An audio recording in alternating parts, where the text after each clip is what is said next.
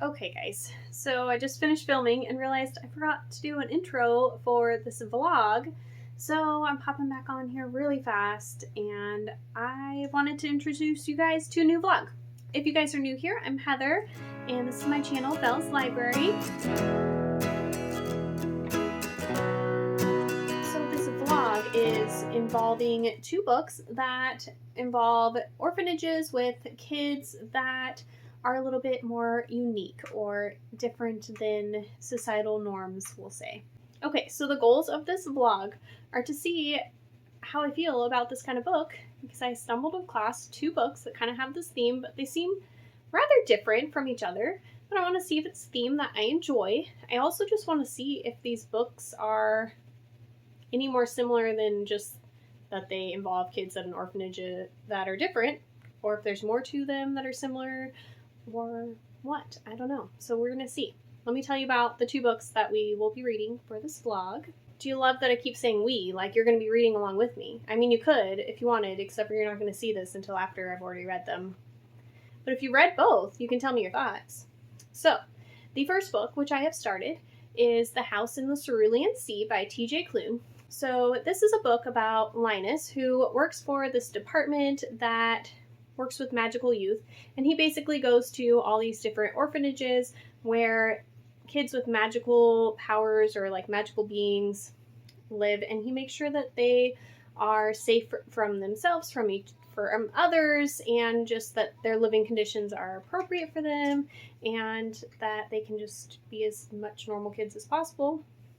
So he ends up getting tasked to go to the highest classified orphanage with 6 children that are like top tier dangerous, and they're out on this island, and he's going to stay there for a month with the caretaker Arthur, and I believe there's a romance between the two of them.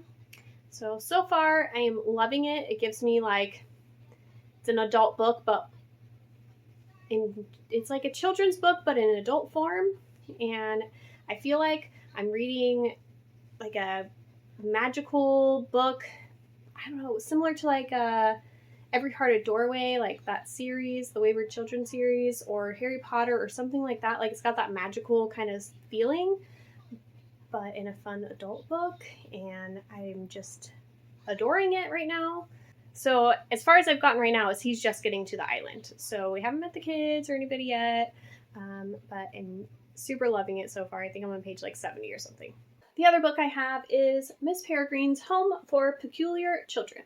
So this book involves an island with orphans that used to live there, and they all had a little bit of some peculiar, odd something going on with them. And it says, they may have been dangerous. They may have been quarantined on a deserted island for good reason. And somehow, impossible though it seems, they may still be alive. So, and then throughout this book, I'll have to show you a little better another time when I have better hands. But there's like different pictures of the kids and the orphanage. I'm guessing at different times because there's a lot of different kids and even adults in the pictures. So I'm excited to read both of these and tell you guys my thoughts. Talk to you soon. I am laying in bed trying to finish this book. I'm like 75% of the way through The House in the Cerulean Sea, and it is seriously adorable. Like, these kids are just so cute, and they just want to be loved, and they're just fun and unique, and just trying to find their way in a world that doesn't want to accept them for being different. And Linus and Arthur are just really wonderful, and they're like pushing each other's boundaries and trying to help each other grow in so many ways, and they're just so sweet, and I love all the characters, and I just am melting over here. I'm just melting. And I can't wait to finish this book, and I will give you guys some more thoughts, and oh my gosh, but I just love it right now. Alright guys, so I finished The House in the Cerulean Sea, and I seriously adored it. I'm noticing that the more I'm reading, the more I enjoy like character-driven type novels. I mean, there's some action to this, but it's really just about the characters. Like, all of these kids, and then Linus and Arthur and Zoe, that are all kind of entwined in these kids' lives in different ways. And they're just all so unique and different and cute and wonderful. And just, I seriously loved this book so much. So I am curious as to if I'm going to enjoy our next book as much as this one, and how they're going to be similar or different, and if it's going to help me maybe figure out something new about my reading taste. If maybe I like groups of children, or unique children, or orphanage stories, or I don't know. So we'll see if anything comes of that, and I will update you guys when I've actually read a little bit more of that one. But yeah, I just wanted to tell you guys I gave that one 5 stars. I just love the kids. Like, they were just so cute, and they just made my heart melt. And Linus was a really good character too, and he was so gullible and naive about certain things, even though he's like a 40-year-old man. You're just like, but come on, these kids are so pulling the wool over your eyes right now. Like, they are getting to you, and you're just letting them. But anyways, that's my little update. I'll talk to you guys. Well, hello guys.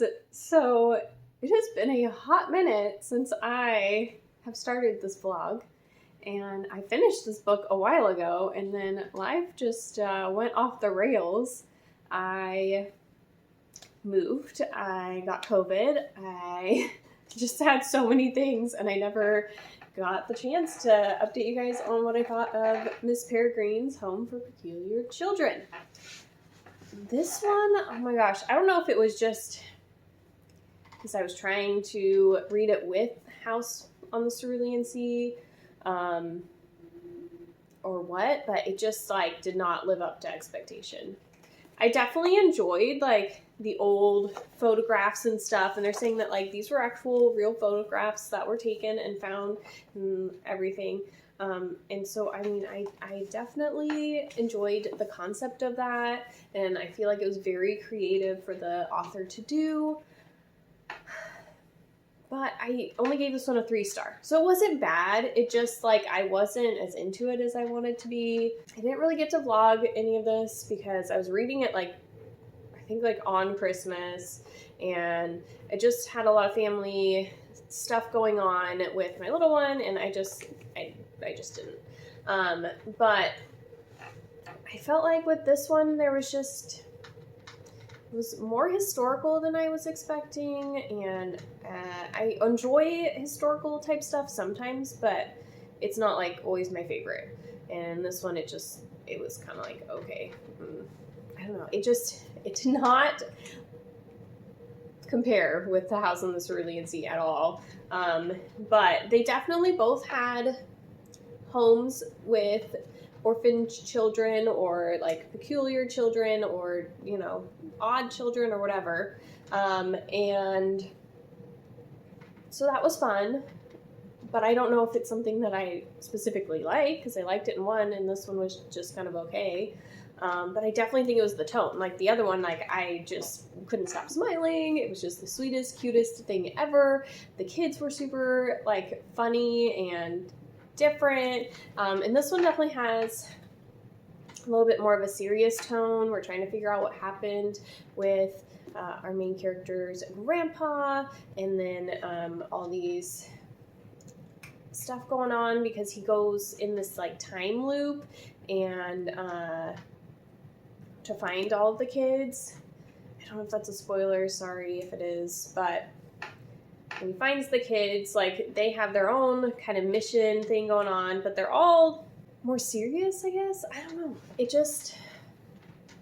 didn't connect to me and make me smile like The House on the Cerulean Sea did. So that one ended up at a 3-star, and I'm not really sure if I learned anything about whether I like homes full of peculiar kids. But I definitely think that, you know, it shows that I only like certain historicals, and that I'm really excited for TJ Klune's next book in this kind of, they're not really a series, but it's like got the same vibes, and I'm really excited for it because House on the Cerulean Sea, I'm so glad I read. It was probably one of my favorite books of 2020.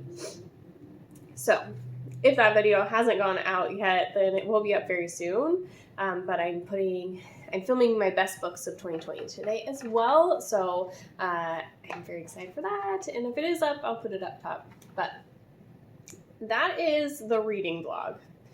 Loved, loved, loved House on the Cerulean Sea. 5 stars, 100%. This one, it was good. I think it was more for a certain audience that wasn't me. 3 stars for me on that one. And hopefully I talked semi-cohesively in the beginning part of this vlog that I haven't even looked at for like a month. I will talk to you guys very soon. If you guys haven't already, then definitely subscribe. And I think we're going to try that little emoji thing. So let's do, I'm trying to think of something that's like good to go with this. Like maybe like a little house emoji. Down below in the comments if you made it this far. And I hope you guys will stick around, and I will see you guys soon. Bye!